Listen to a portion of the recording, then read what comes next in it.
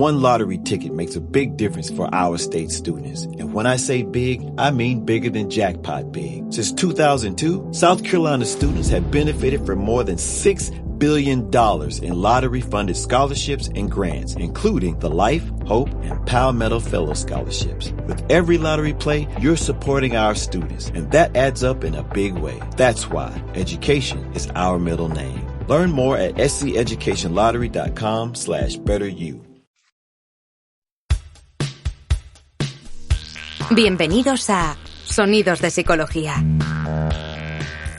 el podcast del Colegio Oficial de la Psicología de Madrid. Un espacio para entender la psicología y el mundo que nos rodea.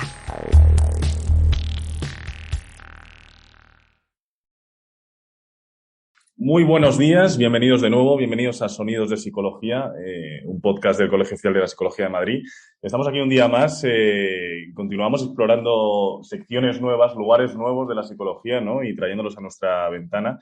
Y hoy venimos con un nuevo programa en el que vamos a explorar una parte nueva de la psicología, de la que hemos hablado algunas veces, pero queremos ahondar más a fondo en qué se hace en esa área de la psicología y qué relación tiene con algunos, digamos, problemas actuales, ¿verdad, Julio?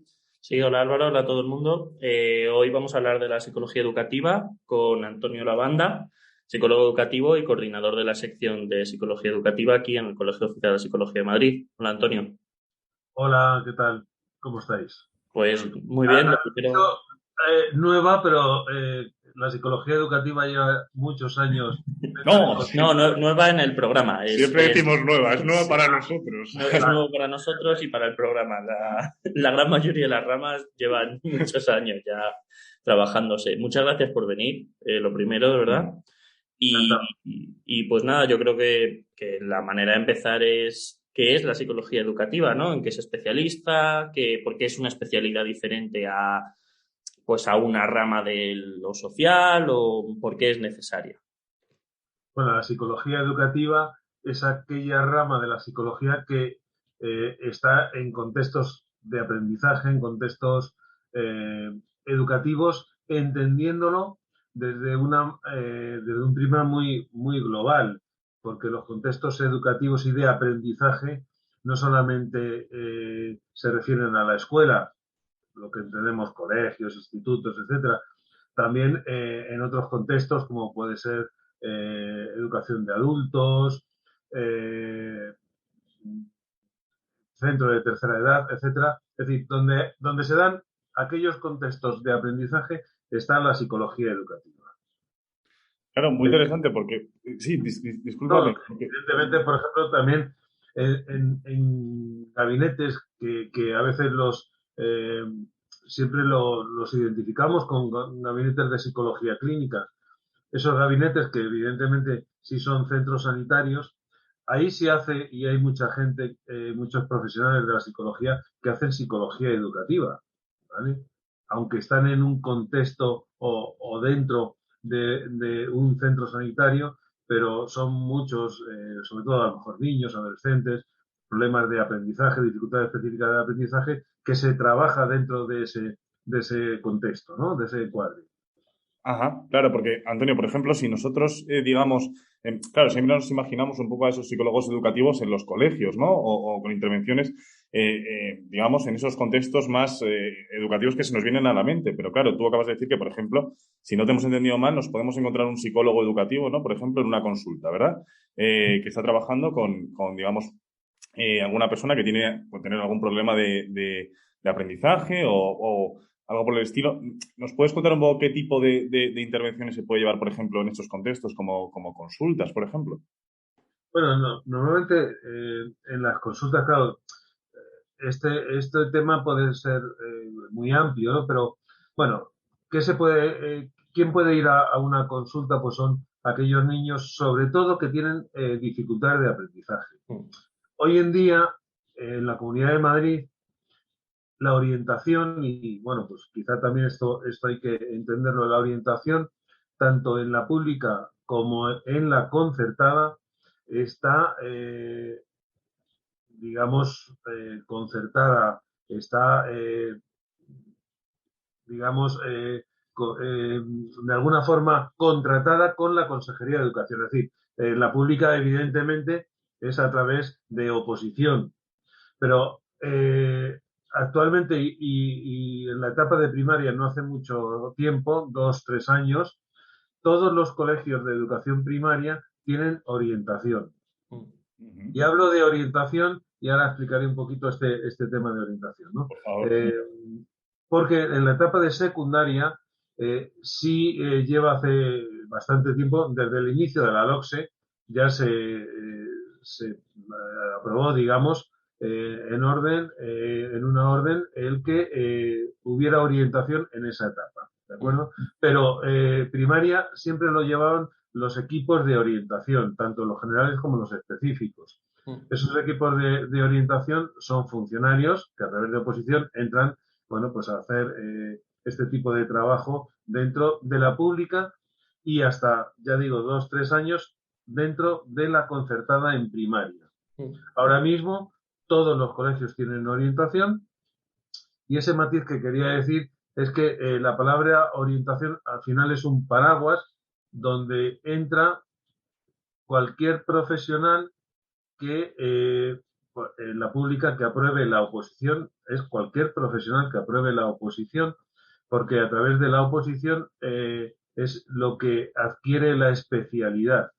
Con lo cual, bueno, eso es uno de los retos que tenemos dentro del Colegio de la Psicología de Madrid, sobre todo en la sección de Psicología Educativa, de conseguir que la mayor parte de los psicólogos educativos pues sean esos orientadores, ¿no?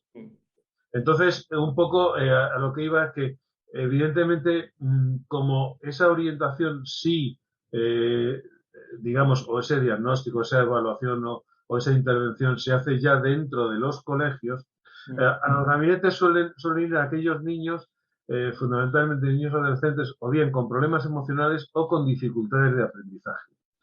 Porque, por ejemplo, con necesidades educativas especiales, como puede ser una discapacidad intelectual, eso va vía orientación que a través de la unidad de programas de la Consejería de Educación, pues se hace un dictamen de escolarización y por lo tanto se le da la resolución de alumno con necesidad educativa especial.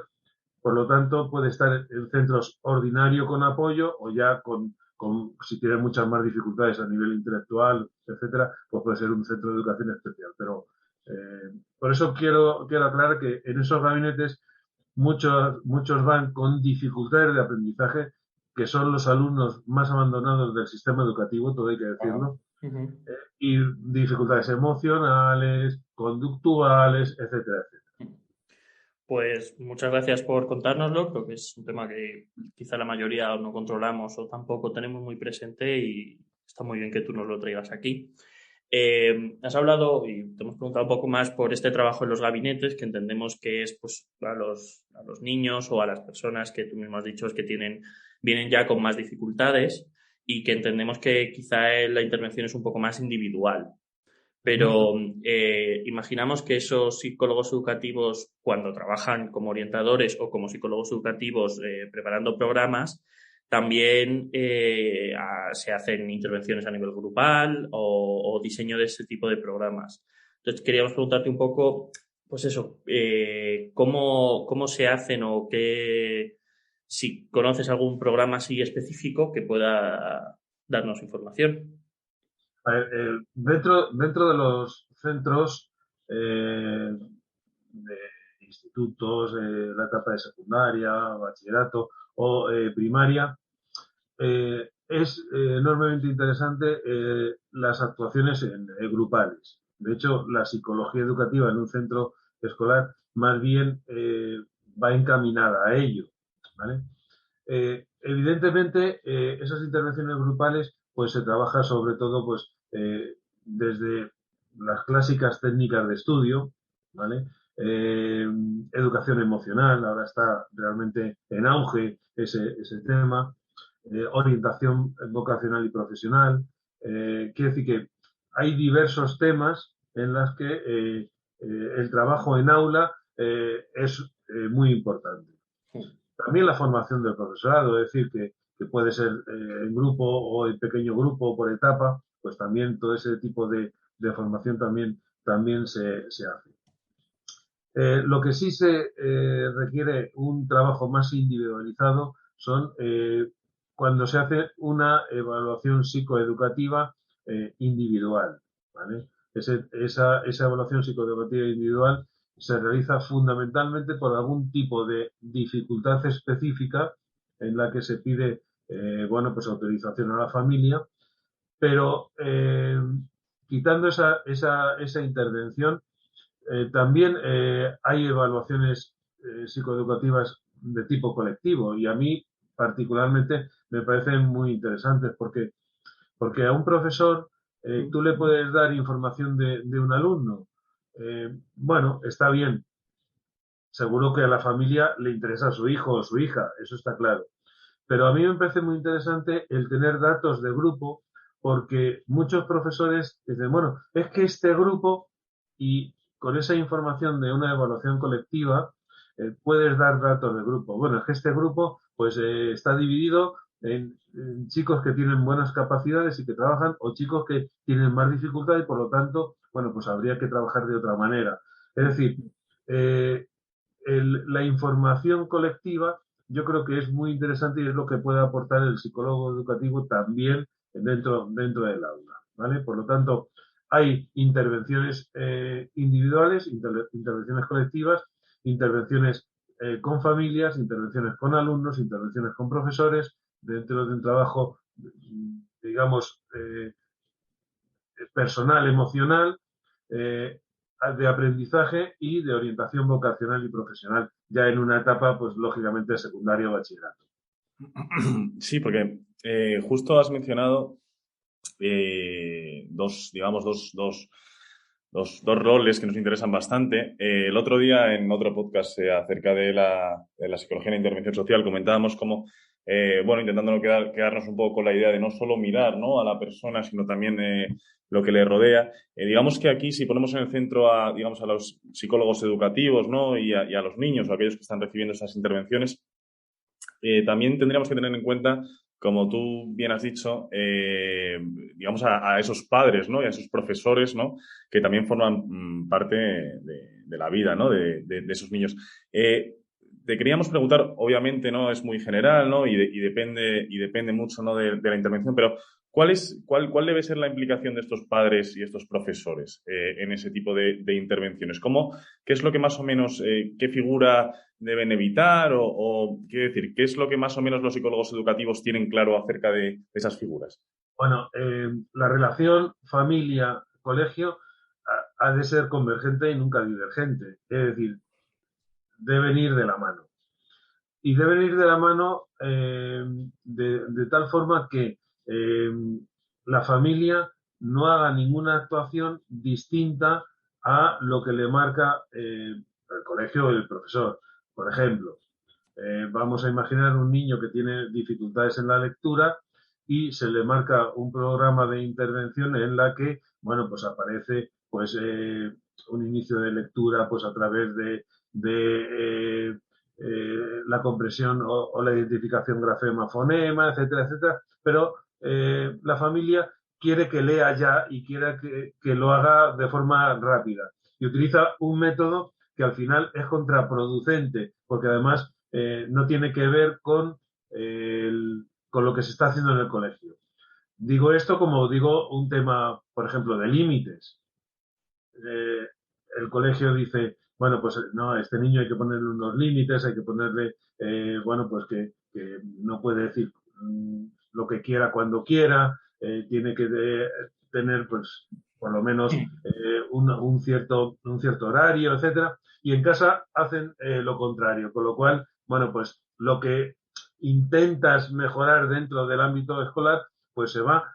También podría ocurrir al revés, pero bueno, eso es más complicado porque, bueno, en general en los colegios sí que hay pues una cierta disciplina, etcétera, con lo cual, bueno.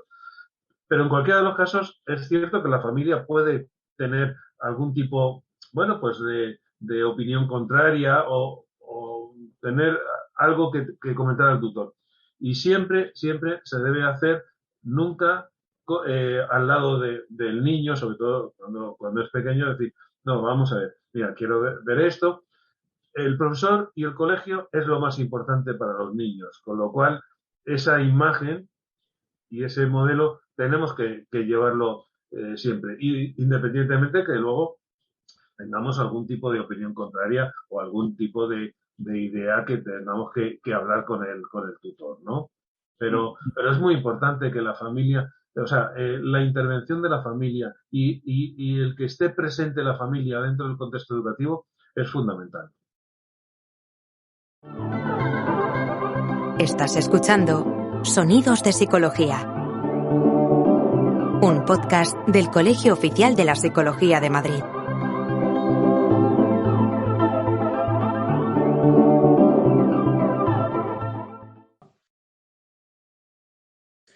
Pues justo esa implicación de la familia en el contexto académico entendemos que es una parte fundamental del bienestar y del rendimiento académico de estas personas, ¿no? Pues, entendemos familia también en un sentido amplio y no tiene por qué ser solo los niños, pero puede ser en personas mayores, en centros de día, que has dicho que también puede trabajar ahí los psicólogos educativos, porque durante estos últimos años, quizás ya esta década, se ha ido como quitando esta idea de que el rendimiento académico y el bienestar académico solo era producto de la capacidad del alumno. Y pues queríamos preguntarte eso, ¿no? ¿Cómo esa evolución ha llevado a ver qué otros factores determinan ese rendimiento y ese bienestar académico? Vamos a ver, cuando en un centro del tipo que sea, vamos a hablar de centros escolares, pero da igual, es decir, tienen digamos, ese contexto es regulador en cuanto que hay una organización, hay una cierta publicación de información correcta hacia las familias, hacia los alumnos, etcétera. Es decir, que ese contexto regulador ayuda mucho a organizarse también los que están dentro del centro, ¿vale? Un profesor también es una persona que puede tener una mejora en la regulación tanto emocional como de otras características. Está claro que un profesor puede ayudar y motivar al alumnado, o bueno, pues ser una persona digamos menos importante para el alumnado, ¿no? Con lo cual hay otros factores, evidentemente, que no son la capacidad. ¿La capacidad es importante? Hombre, tiene cierta importancia. Está claro que a veces oyes sobre todo quizá, bueno, también algunos profesores, es que no se entera, es que no sabe nada, es que tal, y a lo mejor no tiene una capacidad intelectual o un retraso mental ese niño, sino que, bueno, pues tiene una dificultad de aprendizaje, tiene un niño que no hace mucho que ha venido al colegio, por ejemplo, con incorporación tardía al sistema educativo. Claro, estos niños que tienen esas dificultades, si tú vas avanzando el programa y no tienes en cuenta esa individualización de ese aprendizaje, a veces, y decimos, muchas veces niños que no presentan discapacidad, a veces terminan como discapacitados, porque su respuesta a veces es tan nula, pero simplemente porque hay un desfase tremendo a nivel curricular, ¿vale? Entonces, yo creo que un profesor ayuda, el contexto regulador de un colegio también ayuda, el contexto de alumnos y de compañeros también ayuda, ¿vale? Y por lo tanto, en un contexto donde los niños trabajan, están atentos, un niño que tiene más dificultades probablemente vaya mejorando que no en un contexto donde, bueno, eso es un caos, con lo cual, bueno, pues no tiene donde, digamos, soportar esa situación y al final también, pues, su rendimiento baja, ¿no?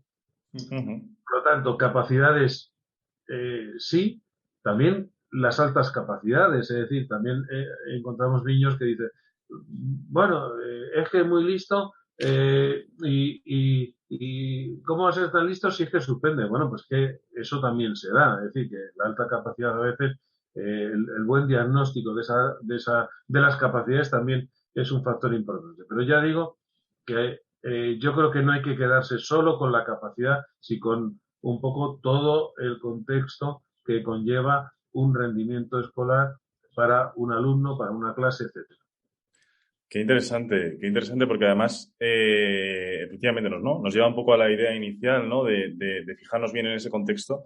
Y bueno, sí, como tú has dicho, efectivamente, ese contexto positivo, ¿no? Puede ejercer también efecto, ¿no? En ese rendimiento académico, en ese bienestar, ¿no?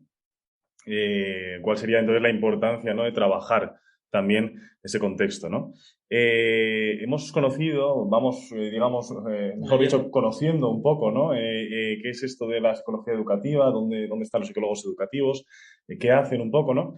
Y últimamente, digamos que ha habido, bueno, últimamente, quiero decir, años. efectivamente, los últimos años, digamos que nos hemos encontrado con algunos casos particularmente interesantes, algunos que han salido en artículos científicos, otros en noticias, ¿no?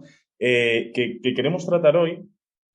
Y vamos a empezar con uno de ellos, porque hemos visto que en algunos estudios, cierto tipo de intervenciones, por ejemplo, enfocadas sobre todo a resolver el problema del bullying, han utilizado técnicas como el mindfulness, como entrenamientos en inteligencia emocional. No sabemos muy bien hasta qué punto ha funcionado esto, o se están probando, están intentando, digamos, dar con distintos programas, está funcionando. Y bueno, y también te vamos a preguntar no solo acerca del bullying, sino acerca del ciberbullying. Quiero decir, ¿cómo se está atajando este problema? Bueno, bien, eso me da pie porque es interesante hablar de este tema, porque a veces decimos que en educación vale todo, ¿vale? Uh-huh. Parece que una idea o una corriente que viene, pues puede ser de Estados Unidos o de donde sea, un poco novedosa, parece que, bueno, pues es interesante y vamos a aplicarlo en el aula. Y realmente hay que preguntarse, ¿esto tiene evidencia científica? Ajá. Es decir, ¿realmente esto se ha contrastado realmente y se puede generalizar que haciendo este tipo de programa mejora tal cosa, por ejemplo, el rendimiento o lo que sea? Pues muchas veces no, muchas veces no. A veces se venden cosas y luego contesto un poco más concretamente a lo que me preguntáis, pero por ejemplo, se han vendido y se siguen vendiendo programas de intervención para corregir la dislexia poniéndose unas gafas, ¿vale? Podemos entender que hay familias que pueden estar desesperadas, donde que dicen, bueno, no, es que ya madurará, como si esto fueran peras o manzanas. Es decir, bueno, ya madurará no es eso. Vamos a ver qué es lo que le ocurre, ¿no? Y entonces están desesperados y al final alguien les dice, oye, pues como lee mal, tiene un problema en los ojos que se corrige a través de unas gafas y verás cómo ya se le corrige esa dificultad. Bueno, eso evidentemente no tiene ninguna evidencia científica, ninguna, ¿vale? Como niños con trastorno del espectro autista, con TEA, se les pone a gatear, en fin, realmente es decir, en educación no vale todo y eso creo que desde la psicología sí que tenemos que defenderlo, ¿vale? Y por lo tanto,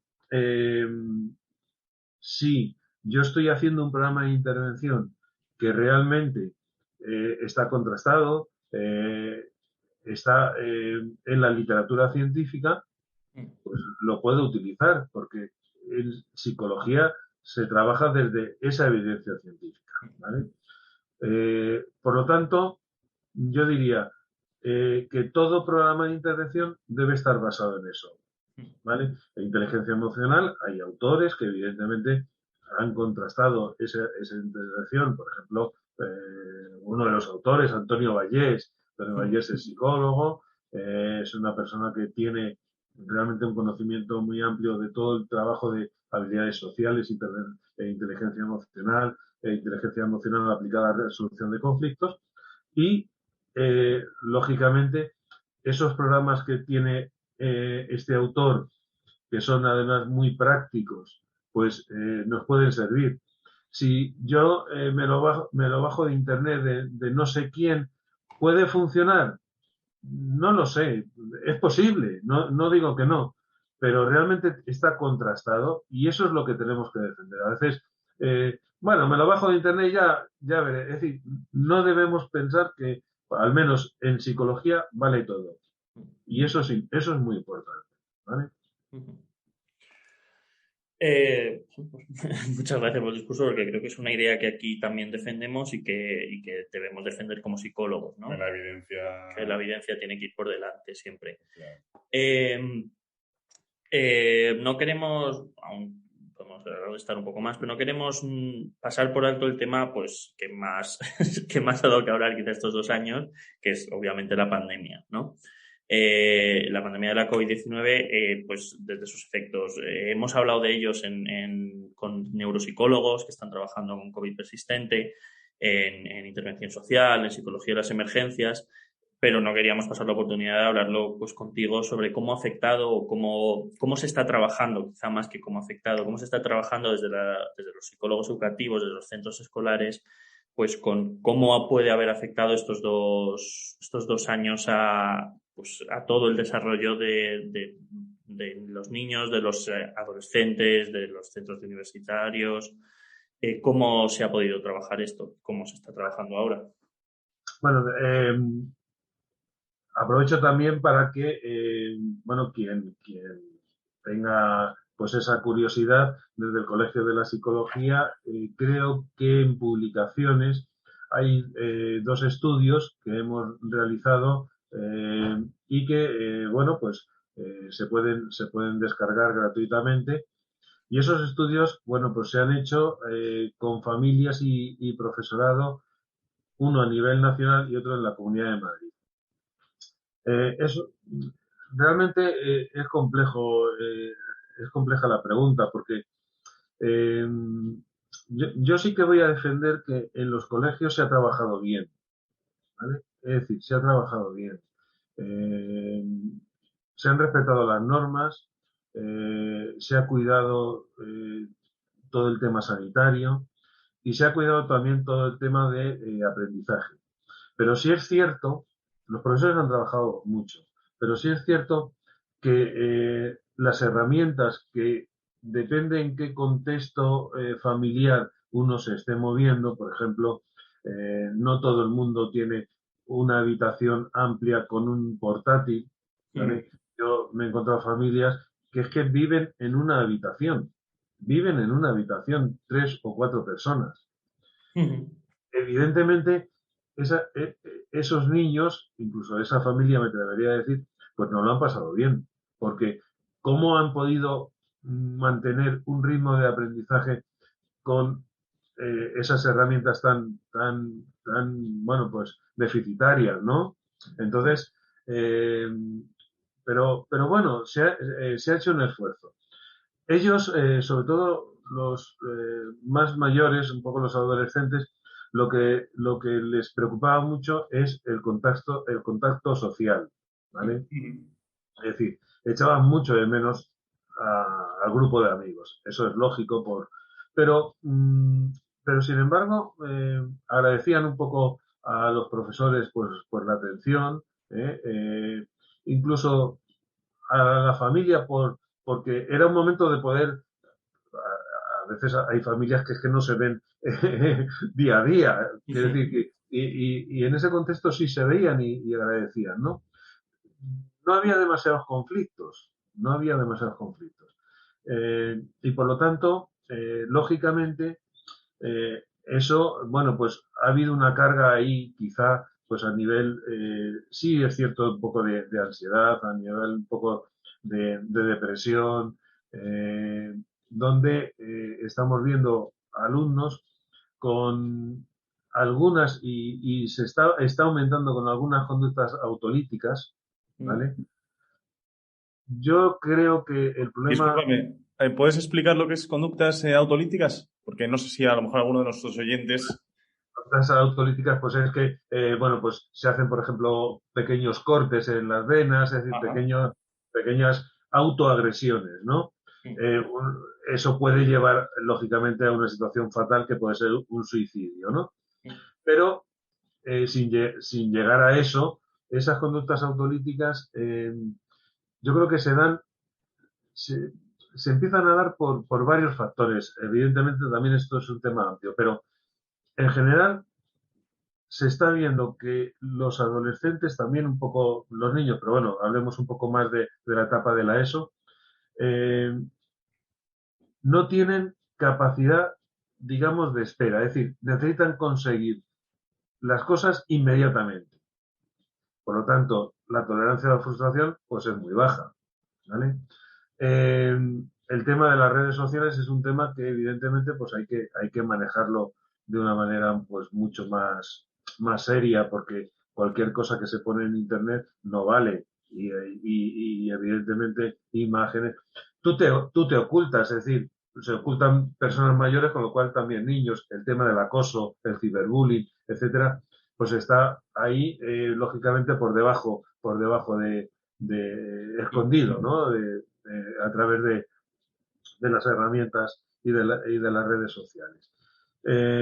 Pero sí que ya digo que estamos viendo ese tipo de situaciones en los colegios que hay que cuidar, que hay que hablar desde la educación emocional, desde el conocimiento de las emociones, desde la empatía, desde la regulación emocional, por así decir, desde el bienestar psicológico. Es decir, sentirse que vales para algo, sentir que tiene un sentido la vida. Es decir, toda esa transmisión que lo que hablaba antes un poco, es decir, el trabajo colectivo vale para todos y el trabajo en psicología educativa debe ser preventivo. Por lo tanto, al hacer prevención, lo que estás es amortiguando casos donde pueden ser, por así llamarlo, subclínicos, es decir, no graves, y que de alguna forma, bueno, pues estás trabajando con ellos. Evidentemente siempre puede haber algún caso que haya que derivarlo pues a salud mental, etcétera. Pero el trabajo preventivo es fundamental y hay que dar valor a la psicología educativa como trabajo preventivo en la que sí se puede trabajar todos estos aspectos dentro del aula y que puede hacer que muchos niños puedan manejar mejor y tener una mejor regulación emocional. Si no se trabaja con ellos, evidentemente, pues pueden terminar al final en salud mental, que lo que no queremos es, pues evidentemente, pues que esté realmente colapsada salud mental. Y no todos tienen que ir a salud mental. Desde los colegios se pueden hacer muchas cosas. Qué interesante todo lo que nos estás contando. Nos quedamos con muchas cosas de las que nos has dicho, como esa prevención, ¿no? Para potenciar esa regulación emocional, esas intervenciones, ¿no? Que deben estar basadas en la evidencia. Esa educación emocional que es muy necesaria y ese contexto positivo que todos tenemos que contribuir un poco a crearlo, ¿no? Vamos a ir acabando y siempre solemos acabar con una conclusión, con un consejo, unas palabras breves lo que tú quieras. Queríamos dedicárselas en este sentido a esos docentes o esos padres, ¿no? Que también se han encontrado con estas dificultades que ha provocado la pandemia, ¿no? En sus hijos. ¿Algún consejo, alguna frase que te apetezca? Bueno, yo creo que el consejo es siempre consultar a los profesionales a través de la tutoría y la tutoría a través de orientación, psicología educativa, de tal forma que todos vayamos, que no hagan cosas por ellos mismos, es decir, con toda la buena voluntad, pero sí es cierto que cuanto más caminemos juntos, yo creo que las cosas van a ir mejor y los niños van a sentirse arropados y protegidos ante, bueno, pues que todos vamos e intentamos ayudarles, ¿no? Entonces, cuidemos también a aquellos niños que presentan dificultades de aprendizaje en la lectura, en la escritura, en las matemáticas, que a veces no les tenemos demasiado en cuenta, no hay unos apoyos suficientes para estos niños y al final se van quedando con esas lagunas y probablemente al final alguno de ellos pueda ser fracaso escolar cuando realmente a lo mejor hemos tenido ocasión de hacer un programa de intervención para mejorar esa dificultad de aprendizaje. Yo creo que se está mejorando realmente en conocimiento, pues desde la neuropsicología, desde realmente un mejor diagnóstico, desde que todos los centros tienen orientadores, esperemos que sean más psicólogos educativos, lógicamente, pero que de alguna forma sí que se está mejorando todo este panorama que espero que poco a poco, pues al final sea favorable sobre todo para los niños. Y como última frase, no hay que cuidar o no hay que trabajar con los niños problemas, sino con los problemas de los niños. Pues muchas gracias creo que son unas ideas pues muy necesarias para todo el mundo y sobre todo esta última pues fantástica. Queremos darte las gracias por haber venido y por haber respondido a todas nuestras preguntas. Si antes de acabar solemos dejar la palabra, si hay algo que nos hayamos dejado en el tintero o algo que tú creas que no se puede acabar esto sin... No, yo creo que hemos tocado muchos temas y que de alguna forma, bueno, pues hemos dado una visión así panorámica en general de lo que es la psicología educativa. Pues así es. Muchas gracias, Antonio. Muchas gracias a todos. Volveremos con más programas para dar unas visiones quizá más precisas, pero creemos que estos primeros programas deben dar esta visión general y muchas gracias a ti por haber venido. Gracias a vosotros. Muchas gracias a todos. Hasta luego. Esperamos que hayas disfrutado de nuestro podcast.